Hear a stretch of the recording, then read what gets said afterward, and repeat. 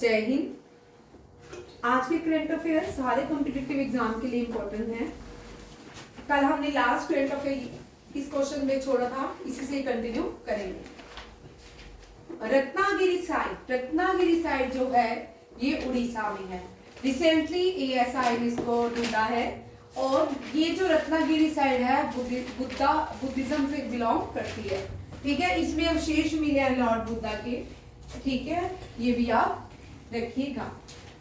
Archaeological survey of India resume executions at the Ratnagiri Buddhist complex. कहाँ पे? उड़ीसा में, after 60 years.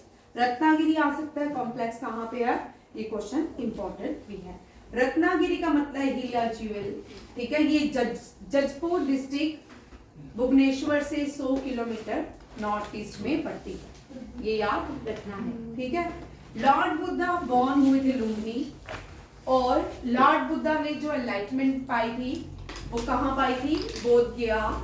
Lord Buddha ने जो सबसे पहले सरमन दिया था वो वाराणसी दिया था और लॉर्ड बुद्धा की जो मृत्यु हुई थी वो कुशीनगर उत्तर प्रदेश में हुई थी। और लॉर्ड बुद्धा ने जिस नदी के किनारे एनलाइटमेंट पाई थी उस नदी का नाम आप बताओ। उस नदी का उल्लेख महाभारत में भी है। सरस्वती। ओ भाई, सरयू। भाई किसकी बात कर रहे हो? कितनी बार कर चुके हैं? सरयू, गंगा, यमुना, सरस्वती, गोदावरी, कृष्णा, कावेरी, झेलम, ब्यास, सतलुज। भाई नहीं, कोसी वोसी नहीं है। महानदी बेटा नहीं है, बिहार में महानदी कहाँ से है? तू सब नदी बता। गोमती नहीं बेटा, गोमती नहीं। आप लोगों के लिए क्वेश्चन है। ठीक है, उसको ओल्ड नाम N से शुरू होता है, न्यू नाम P से शुरू होता है। ठीक है, बड़ी बार हम पढ़ चुके हैं। पिछले जब हमने SSC की तैयारी की थी इसमें पूरा का पूरा तैयार किया था क्वेश्चन। कब याद करोगे? और देखो भाई, ये उदयगिरी एंड ललित गिरी ये दोनों ही केव्स हैं। ठीक है, यहाँ पे देखो द साइट्स जो है विरूपा एंड ब्राह्मणी रिवर, ये जो साइट रत्नागिरी साइट मिली है, यहाँ पे नदियां याद रखिए। आपको जब भी पहले जो करंट अफेयर्स के एग्जाम आते थे या आपको ज्योग्राफी का पेपर आता था वो करंट अफेयर से रिलेटेड क्वेश्चन नहीं होते थे। यहाँ पे दो नदियां कौन सी दे रहे हैं? Virupa and Brahmani river forming part of diamond triangle of Orissa along side of Udayagiri and Lalitgiri. Udayagiri भी केव है, ललित गिरी भी केव है। ये बुद्धिस्ट केव्स हैं। जो मॉन्क्स होते थे वो ज्यादातर केव्स में रहते थे। ठीक है, बुद्धिस्ट मॉन्क्स, वो दूसरे मॉन्क्स नहीं सोचना। ठीक है, बुद्धिस्ट मॉन्क्स जो है ये केव्स में रहते थे। सबसे बड़ी जो केव है वो कौन सी है? मणिपुर में है। इसका आप आंसर मुझे देंगे, L से शुरू होती है। ठीक है, मणिपुर में है ये। और इंडिया का सबसे बड़ा रॉक शेल्टर जो है वो मध्य प्रदेश भीमबेटका है। ठीक है, सबसे बड़ा रॉक शेल्टर जो है यूनेस्को वर्ल्ड हेरिटेज साइट भी है और हाँ भीमबेटका। आप देखो ये जो है उड़ीसा है। ठीक है, उड़ीसा, ये बिहार, ये झारखंड, ये बंगाल। ठीक है, उड़ीसा के नॉर्थ में ये दो स्टेट्स आ रही है। ठीक है, और बंगाल नीचे कौन सा है? आंध्र प्रदेश, तमिलनाडु, कर्नाटका, सॉरी केरला, कर्नाटका, महाराष्ट्र, गोवा ही छोटे से, और ये गुजरात। अब थोड़ा यहाँ पे आते हैं। ठीक है, मैं ये बार बार लाइन बताती हूँ। ठीक है, जो राष्ट्रीय एंथम है ना भारत का, बड़ी सारी पटिशंस है कोर्ट में। ठीक है, हमारे भारत का नेशनल एंथम जो है वो चेंज होना चाहिए। क्यों? क्योंकि जब नेशनल एंथम गाया गया था 1911 में, जब लॉर्ड हेडिंग जो थे वॉइस राय थे, और वो जो नेशनल एंथम गाया गया था, कुछ लोगों का, बड़े सारे लोगों का मानना है कि वो किंग की प्रेज में गाया गया था। रविंद्रनाथ टैगोर ने बंगाल सेशन में जो नेशनल एंथम गाया गया था वो ब्रिटेन के किंग की प्रेज में गाया गया था। ठीक है, अब नेशनल एंथम में बहुत सारे भारत के ऐसे पार्ट हैं जो इंडिया में नहीं है। ठीक है, सबसे पंजाब, सिंध, गुजरात, मराठा, क्योंकि उड़ीसा पढ़ रहे हैं तो ये हमेशा ही करते हैं हम। ठीक है, जो नए बच्चे हैं उनको भी देख लो। पंजाब कौन सा, ये पाकिस्तान वाला। ठीक है, पंजाब, सिंध, गुजरात, मराठा, द्रविड़, ये द्रविड़ है, साउथ को बोलते हैं। ठीक है, द्रविड़, उत्कल, बंगा। ठीक है, ये लाइन है नेशनल एंथम की, और ये पूरा इस तरह लिया गया है। ठीक है, ऊपर आ गया। हाँ मैं बोला ना, वो पाकिस्तान में चले। ठीक, पंजाब, सिंध, गुजरात, मराठा, द्रविडियन बोले जाते हैं साउथ इंडियंस को। दो भारत आर्यंस बिटवीन द्रविडियन थे। द्रविडियन, उत्कल, हाँ। आप देखो, उत्कल दिवस मनाया जाता है। जो फॉर्मेशन डे ऑफ उड़ीसा है उसको हम उत्कल डे बोलते हैं। क्या बोलते हैं? उत्कल डे। और उड़ीसा का थोड़ा इतिहास जानेंगे। उड़ीसा के 5 नाम है। ठीक है, ओरिजिनली जब एंशिएंट इंडिया में जो पहला राजा हुआ, ठीक है, अब आपके कभी कभी हमारे माइंड में आता है कि एंशिएंट इंडिया में इससे पहले 16 महाजनपद हुए। ठीक है ना, वो 16 महाजनपद को हमने फर्स्ट किंग क्यों नहीं माना? ठीक है ना, अगर हमने बिंबिसार को ना, अजातशत्रु के फादर, उनको हमने फर्स्ट किंग क्यों नहीं माना? वो 16 महाजनपद थे, वो अपनी अपनी टेरिटरी में ही रहते थे।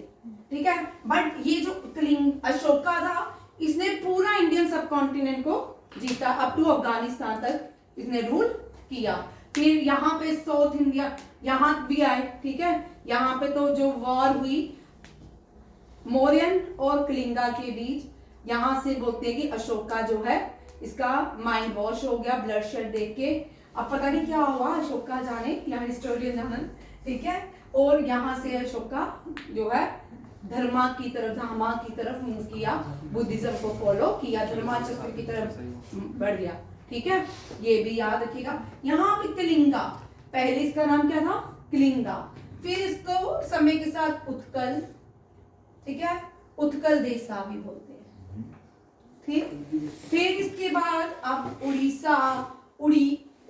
अब बचपन में हम इसका स्पेलिंग देते ODDISA। ठीक है, हाँ, उड़ीसा। अलग अलग टाइम पे इसके नाम चेंज होते रहे। अब देखो जो 5 कॉमन नेम रहे उड़ीसा के, वो कौन कौन से हैं? ठीक है, मैंने यहाँ लिखा नहीं है, लिखा होगा, नहीं लिखा। ठीक है, the reason is known as Utkal and is mention by name national anthem Jana Gana Mana. ये भी याद रखिएगा क्योंकि इंपॉर्टेंट है। उड़ीसा वैसे भी बहुत इंपॉर्टेंट है। जगन्नाथपुरी जो टेम्पल है वो यहीं पे है, उसको हम व्हाइट पगोड़ा के नाम से जानते हैं। ठीक है, और 2 टेम्पल उड़ीसा के जो हैं उनको पगोड़ास कहा जाता है। वैसे पगोड़ास टेम्पल्स ही होते हैं, कोई मॉन्यूमेंट्स, उसको एक पर्टिकुलर नाम दिया जाता है, दैट इज कॉल्ड पगोड़ास। ठीक है, black pagoda, white pagoda, 7 pagoda. ठीक है, ये भारत के कुछ टेम्पल्स हैं जिनको पगोड़ास के नाम से जान। ब्लैक पगोड़ा जो है sun temple, UNESCO world heritage site. White Jagannath, यहाँ पे माना जाता है भगवान श्री कृष्ण का हार्ट रखा गया है। 7 pagoda group of Mahabalipuram, group of Mahabalipuram. ठीक है, तमिलनाडु। ठीक, ये तीनों। और म्यांमार को किस पगोड़ा के नाम से जाना जाता है? आप लोगों के लिए क्वेश्चन। ठीक है, म्यांमार को भी। और जो दुनिया का सबसे बड़ा पगोड़ा है ना, वो चाइना में है। कहाँ पे है? ठीक है, चाइना में। अब यहाँ देखो, उड़िया जो है इसको क्लासिकल, हमने कल आपको बताया था भारत की 7 क्लासिकल लैंग्वेज, उसमें से उड़िया भी थी। ठीक है, उड़ीसा के दो नेशनल पार्क है, भितरकनिका नेशनल पार्क और सिम्पलीपाल नेशनल पार्क। कल हमने किए थे केरला की नेशनल पार्क। चला आर्यन, केरला में कौन कौन से नेशनल पार्क थे? मत्तिकेतम, शोला, परियार और इरविकुलम, कुल्लम कुल्ला, साइलेंट पिन वैली। नहीं पढ़ा, घर जाके नहीं पढ़ा। अनाईमुड़ी, पंपा, तीन तो छोले थे उसमें।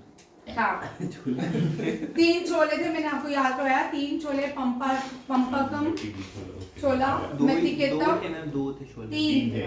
दो तीसरा नेशनल पार्क्स केरला, तमिलनाडु के रिपीट कर देती हूँ फिर से, देख लो। Eravikulam national park, Periyar national park, silent valley national park, Mathikettan, Anamudi, Pamparam, Similipal नहीं है, टाइगर ठीक है, ये टाइगर रिजर्व है। First tiger reserve in Odisha हाँ, and second is Satkosia second, ठीक है। उड़ीसा का ये टाइगर रिजर्व है, कल उसमें चला गया था।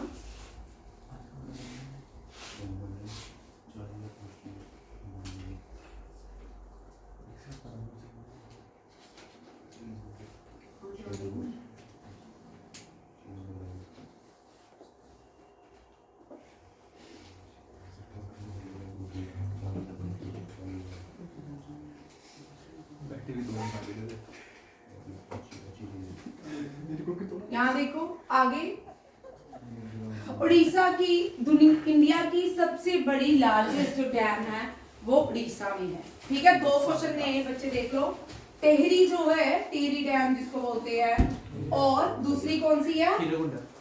हीराकुंडा, हीराकुंड, ठीक है। और यहाँ पे देखो टेहरी जो है हाईएस्ट डैम, ठीक है, ये हाईएस्ट डैम है। बड़े सारे बच्चे क्वेश्चन गलत कराते हैं, ठीक है। और हीराकुंड डैम को आंसर लिखाते हैं। हीराकुंड डैम जो है लार्जेस्ट डैम है, जबकि टेहरी डैम जो है वो हाईएस्ट है फ्रॉम द सी लेवल, ठीक है। ये लार्जेस्ट है, दोनों याद रखिएगा। ये भागीरथी नदी के ऊपर है, भागीरथी के ऊपर है, और ये जो है ये महानदी के ऊपर है, ये भी याद रखिएगा, ठीक है। ये तीनों क्वेश्चन याद रखने।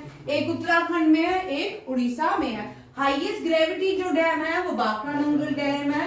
हाईएस्ट आर्क जो डैम है वो इदुक्की है। हाईएस्ट आर्क डैम जो है इदुक्की है। ओल्डेस्ट डैम जो है वो कलाना डैम है, चोलास ने बनाई थी, केरिकाल चोलास ने बनाई थी, ये भी याद रखिएगा। और दुनिया की सबसे बड़ी डैम थ्री जॉर्ज डैम है, जो चाइना ने बनाई है, जिसकी वजह से ग्रेविटी जो है अर्थ की वो क्या हो रही है, डिक्रीज हो रही है। अब जो नेक्स्ट डैम बनने वाली है, देखते हैं वो भी क्या रंग लाती है। ब्रह्मपुत्र नदी के ऊपर बना रहा है चाइना, ये भी याद। हाँ, अब यहाँ देखो, कल मैंने आपको बताया था लार्जेस्ट मैंग्रोव फॉरेस्ट कौन सा, सुंदरबन। और सेकंड लार्जेस्ट मैंग्रोव फॉरेस्ट भी भारत में है, भितरकनिका। कौन सा है? भितरकनिका। और भितरकनिका में जो ज्यादा एक्सटिंक्ट वो मिलते हैं ऑलिव टर्टल, ये भी याद रखिएगा।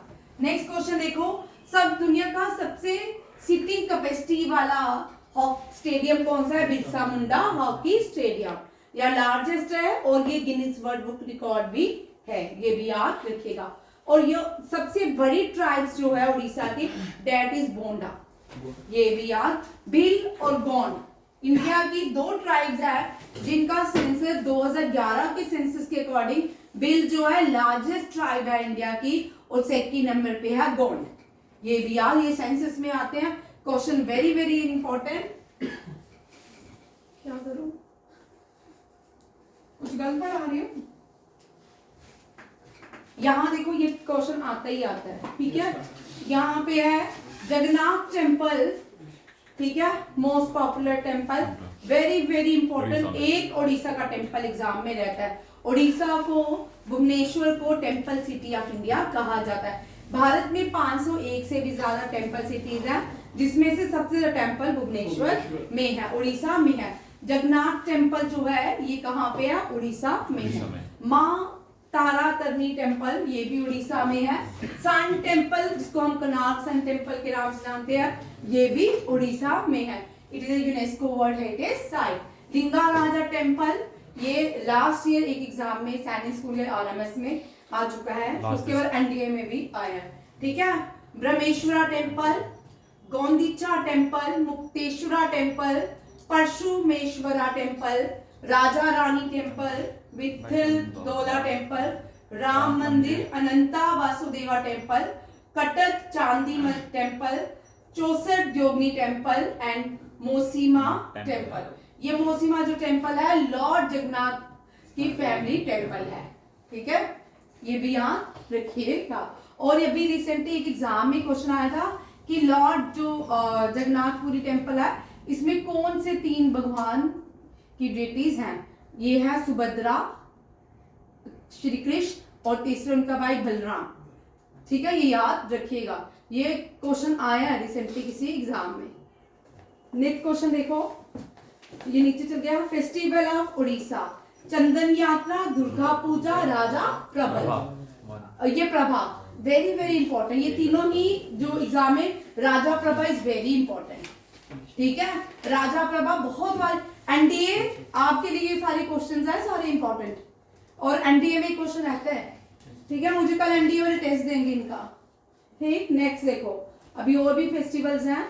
नोकाई फेस्टिवल भी ये हार्वेस्ट फेस्टिवल होता है। अब देखो harvest festival, Pongal, Ugadi, Onam, नोकाई, Makar Sankranti, kite festival, Bihu, ठीक है। ये यहाँ रखनी है, ये आपको टेबल भी आ सकता है इनका, ठीक है। पोंगल, हाँ पोंगल कौन सी स्टेट मनाती है? पोंगल केरला, उगादी आंध्र प्रदेश, ओनम नकाई उड़ीसा, मकर संक्रांति नॉर्थ इंडिया, ठीक है, बिहू असम। सारे के सारे टेबल आपको याद रखना है, हम बड़ी बार कर चुके हैं, ठीक है। जो नए बच्चे हैं वो इनको जरूर लिखें, ठीक है। पोंगल तमिलनाडु, उगादी आंध्र प्रदेश, ओनम नहीं ओनम केरला, उगादी आंध्र प्रदेश, ओनम तमिलनाडु, नगाई Orissa, Makar Sankranti north India, north, और बिहू असम। बिहू 4 होते हैं, 4 बिहू। ओनम केरला, तो ओनम में क्या तमिलनाडु, पोंगल तमिलनाडु होता, ओनम केरला होता। हाँ वही तो लिख लो, तमिलनाडु, नहीं तो मुझे पागल ही कर, Andhra Pradesh, Kerala, Odisha, north India and Bihu Assam. Bihu 4 Bihu मनाए जाते हैं असम के अंदर, ये भी याद रखिएगा। अब ये देखो यहाँ पे कोनार्क डांस फेस्टिवल है, बाली यात्रा है। ये जो कोनार्क डांस फेस्टिवल है ये लार्जेस्ट क्राफ्ट फेस्टिवल है उड़ीसा का, ठीक है। बाली यात्रा ये बहुत पुराना है, बाली इंडोनेशिया में है, इसके नाम पे ये फेस्टिवल था। Largest state fair in Orissa, Puri beach है उड़ीसा में, पूरी बीच फेस्टिवल। और Konark music and dance festival, international sand art festival. Aryan पहले बच्चे, अब तो हम ऐसे दे देते हैं ना, अब प्रेजेंटेशन आते हैं, पहले बच्चे मांगते थे फेस्टिवल, मैम फेस्टिवल याद करवा, लिखा। पहले हम नोटबुक्स में पढ़ाते थे, ब्लैक बोर्ड में और बोलते थे, पहले प्रेजेंटेशन थोड़ी पढ़ाते थे, बच्चे कुछ भी लिखा था ले जाते थे। फेस्टिवल एनडीए, अब तो बहुत सारी चीजें आपको मिल जाती हैं, मांगते थे, क्योंकि ये आना ही आना आपको क्वेश्चन। एक क्वेश्चन ये ऐसा है, dance festivals monuments and tribals, ये ऐसा क्वेश्चन है ये कभी भी रिपीट होते हैं, ठीक है। इन पे रिस्क नहीं ले सकते कि ये आपको कहीं भी, क्योंकि ये ज्योग्राफी से भी रिलेटेड है, फिर ये हिस्ट्री से भी रिलेटेड है, फिर ये यूनेस्को वर्ल्ड हेरिटेज साइट भी है। इनमें से बहुत सारे ये रिवर बैंक्स भी हैं, इनके ऊपर कौन कौन से स्टेट इन कौन कौन सा फेस्टिवल किस रिवर बैंक के किनारे मनाया जाता है, किस किस पानियर्स जो भारत के हैं उन्होंने इसके ऊपर तपस्या की, उन्होंने इसके ऊपर इतिहास रचा। इस तरह के क्वेश्चन आपके हिस्ट्री और ज्योग्राफी में रहते हैं, इनको लेके भी रह सकते हैं। ठीक है, जो जीएस है वो बहुत वास्ट है। और एक और लिखो चाओ। चाओ जो है इंटेंजिबल यूनेस्को साइट है, यूनेस्को वर्ल्ड हेरिटेज साइट है। ठीक है, ये चाओ जो है ये मेनली उड़ीसा में है, बंगाल एंड झारखंड में भी मनाया जाता है चाओ फेस्टिवल। ठीक है, बंद नहीं करना है। ठीक है, चाओ फेस्टिवल झारखंड बंगाल में भी मनाया जाता है। इंटेंजिबल 2023 में गरबा को इंटेंजिबल का नाम दिया गया था। लिख लो कौन कौन से इंटेंजिबल यूनेस्को हेरिटेज साइट है। अभी तक 13 या 14 इंटेंजिबल यूनेस्को हेरिटेज साइट है। डांसेस में चाओ है, कलबेलिया है, गरबा को 2023 में ऐड किया गया था as intangible site from UNESCO.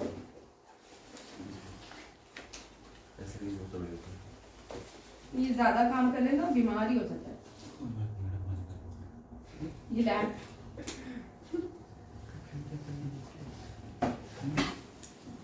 ठीक है, ये भी याद रखेगा चाओ। और दूसरा है गरबा। तीसरा कौन सा है? कलबेलिया राजस्थान का है। ठीक है, गरबा जो है गुजरात, LIA कलबेलिया। ठीक है, और दुर्गा पूजा ये भी इंटेंजिबल साइड है। और चैंटिंग ऑफ ओम ये भी intangible. Ramayana first intangible side, Ramlila जो। ठीक है, ये फर्स्ट इंटेंजिबल साइट्स है। योगा 12 इंटेंजिबल साइट है। ये सारे इंटेंजिबल साइट्स हैं, ये भी याद रखनी है। नेक्स्ट आते हैं क्वेश्चन। पूरी जो है आपको ये याद है, वहां पे रिसेंटली वहां का जो सैंड आर्टिस्ट है उसको कौन से सम्मानित, कौन से अवार्ड से सम्मानित किया गया है? ठीक है, उसको रिसेंट, ये भी करंट अफेयर का ही क्वेश्चन है, मुझे आप बताओगे।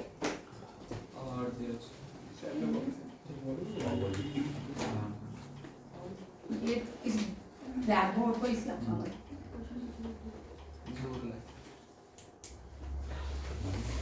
आप देखो,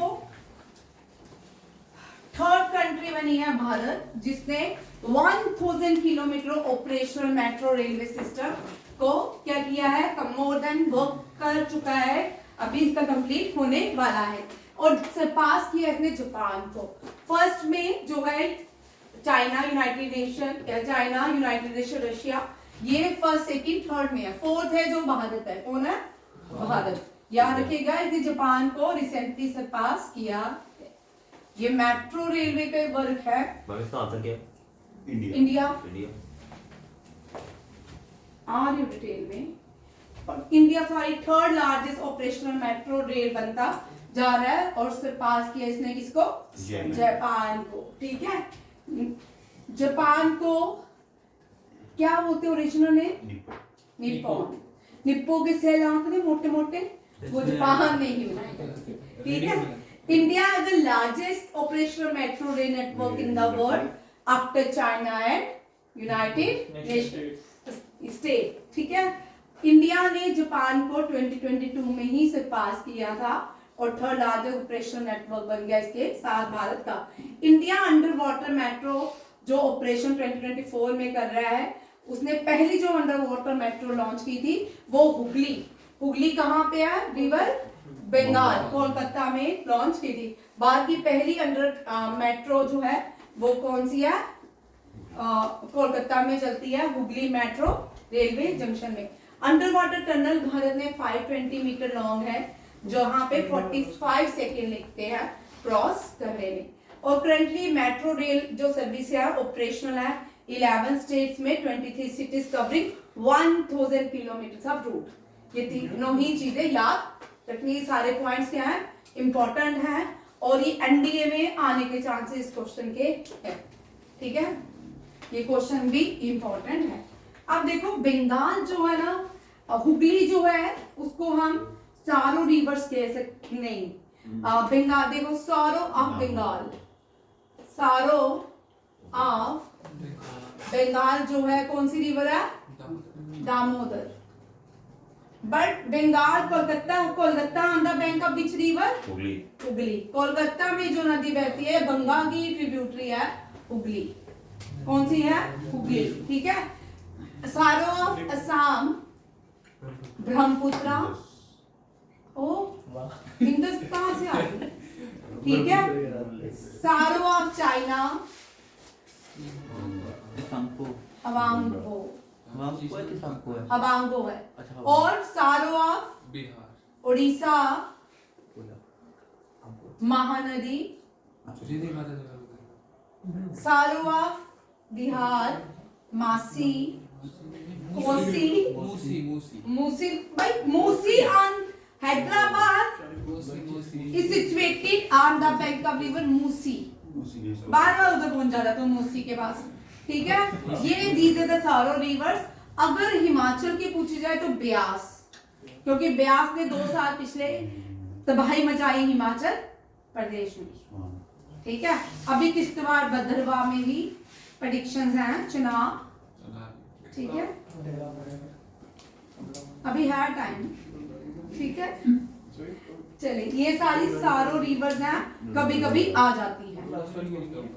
सारो ऑफ कटक भी महानदी, और लखनऊ जो है सारो ऑफ लखनऊ गोमती, सारो कश्मीर झेलम, झेलम भी भाई पूरे कश्मीर में झेलम रन करती है थ्रू पूरे कश्मीर में घूमती है, ठीक है। नेक्स्ट क्वेश्चन देखो, इंडिया ग्लोबल ये रैंक दिया है किसने, फायर पावर इंडेक्स आया है भारत का 4th है, पहले का मैंने ये मिलिट्री रैंक है, देखिए एक एक करके क्या बोलते हैं। इंडिया जो है 4th रैंक भारत का है पावरफुल मिलिट्री में, ठीक है। 3 देश कौन से देखिए, अभी तक ये तीनों ही देश अपनी जगह से हिले नहीं है, USA, Russia and China, USA, Russia and China, और India get the 4th position according to fire power index. और यहाँ भूटान जो है लीस्ट पावर में आया है, भूटान लीस्ट पावर है। ग्लोबल फायर पावर इंडेक्स है release by website global fire power dot annual since 2006, ये भी याद रखिएगा। अब यहाँ देखो टॉप 10 पे कौन कौन सी कंट्रीज हैं, United state, Russia, China, India, south Korea 5th पे है, साउथ कोरिया। यहाँ पे क्वेश्चन पूछ सकते हैं आपको, इंडिया के बाद कौन सा देश है, आप 4 रैंकिंग बताओ, South Korea, United Kingdom, France, Japan, तुर्की एंड इटली। पाकिस्तान है 12th नीचे में, जाना दिख रहा है ना वो नेगेटिव में। ठीक है। भूटान जो है, भूटान और कोस्टारिका 2 कंट्री ऐसी हैं। कोस्टारिका अपनी सारी इन्वेस्टमेंट जो है अपने लोगों के लिए करता है, अपनी एजुकेशन के लिए करता है, एनवायरनमेंट के ऊपर करता है, वो मिलिट्री के ऊपर सबसे कम खर्च करते हैं।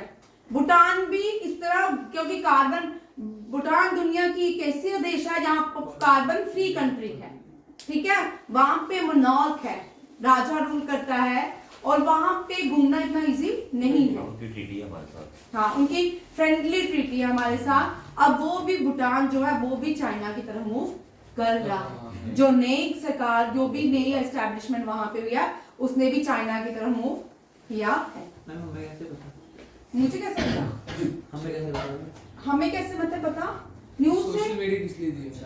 Current affairs. अब ये बड़ी इंपॉर्टेंट है, ठीक है। इसको मैंने साथ में ही आंसर दे दिया, एमसीक्यूज नहीं बनाया, ठीक है। कौन सी स्कीम रिसेंटली कल, क्योंकि 22 जनवरी को बेटी बचाओ बेटी पढ़ाओ स्कीम लॉन्च की गई थी, ठीक है। और मिनिस्ट्री ऑफ चाइल्ड वेलफेयर ने इसको लॉन्च किया था, और इसने 10th एनिवर्सरी सेलिब्रेट की है बेटी बचाओ बेटी पढ़ाओ स्कीम ने। और ये जो है ये सारी, इस स्कीम को 22 से लेके 8 मार्च तक चलाया जाएगा। 8 मार्च को इंटरनेशनल वुमेन डे सेलिब्रेट किया जाता है।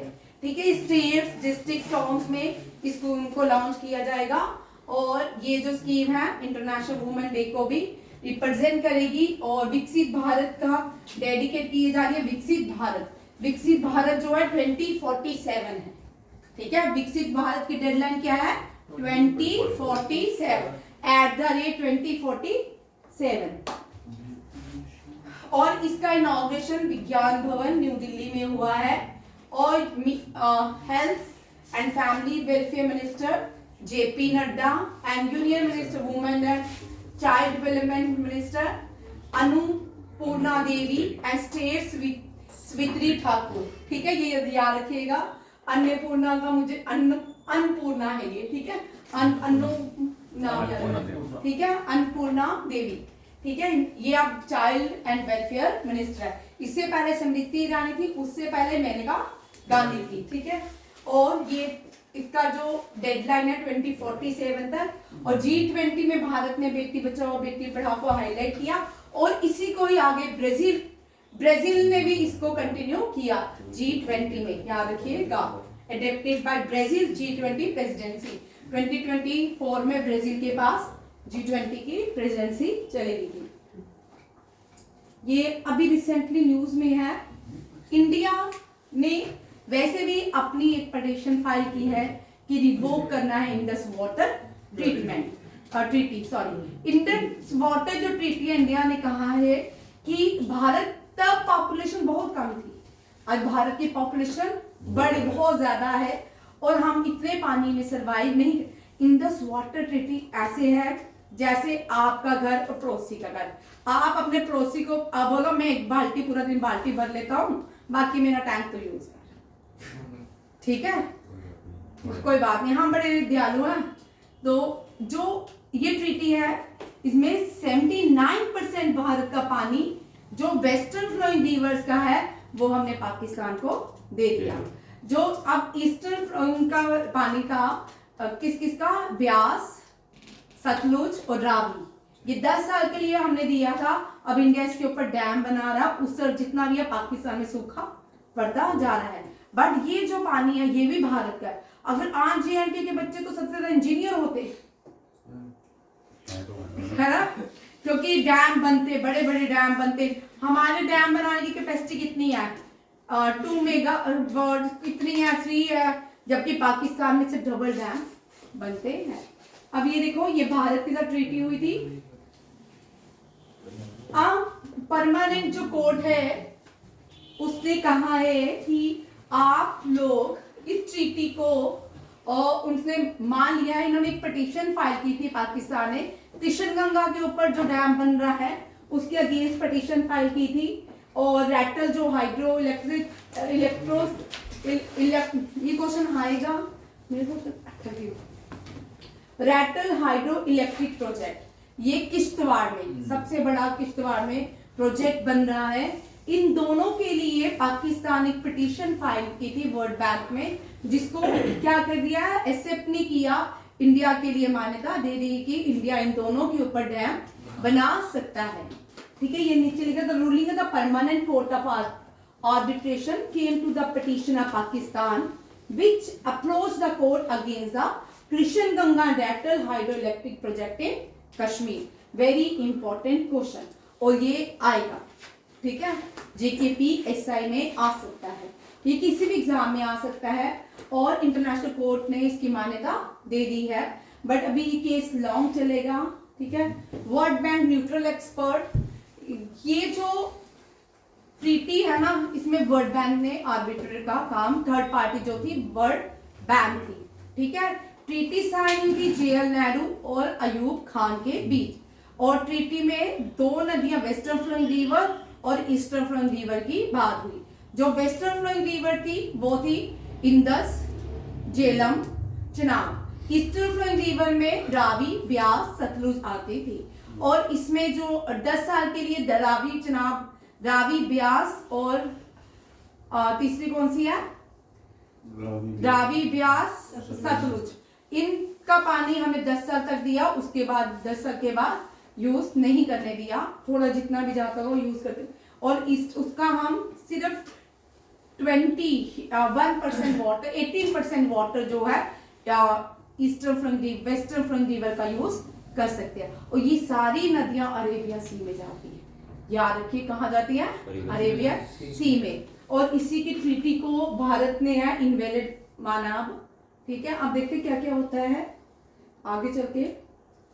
पाकिस्तान हो गया, ये दोबारा से लिख लिया मैंने, ये कल करेंगे, ठीक है। ये क्वेश्चन कल करेंगे। आज मैम आ जाती ना, मुझे फिर टेंशन हो जाती है कि मैम आ गई है, फिर पढ़ाया नहीं जाता। इंडस वाटर को कल और एडिशन में क्वेश्चन आपको डिस्क्राइब करूंगी, क्योंकि कल सैटरडे है तो कल मैं स्टैटिक्स करूंगी, ठीक है। थैंक यू, जय हिंद।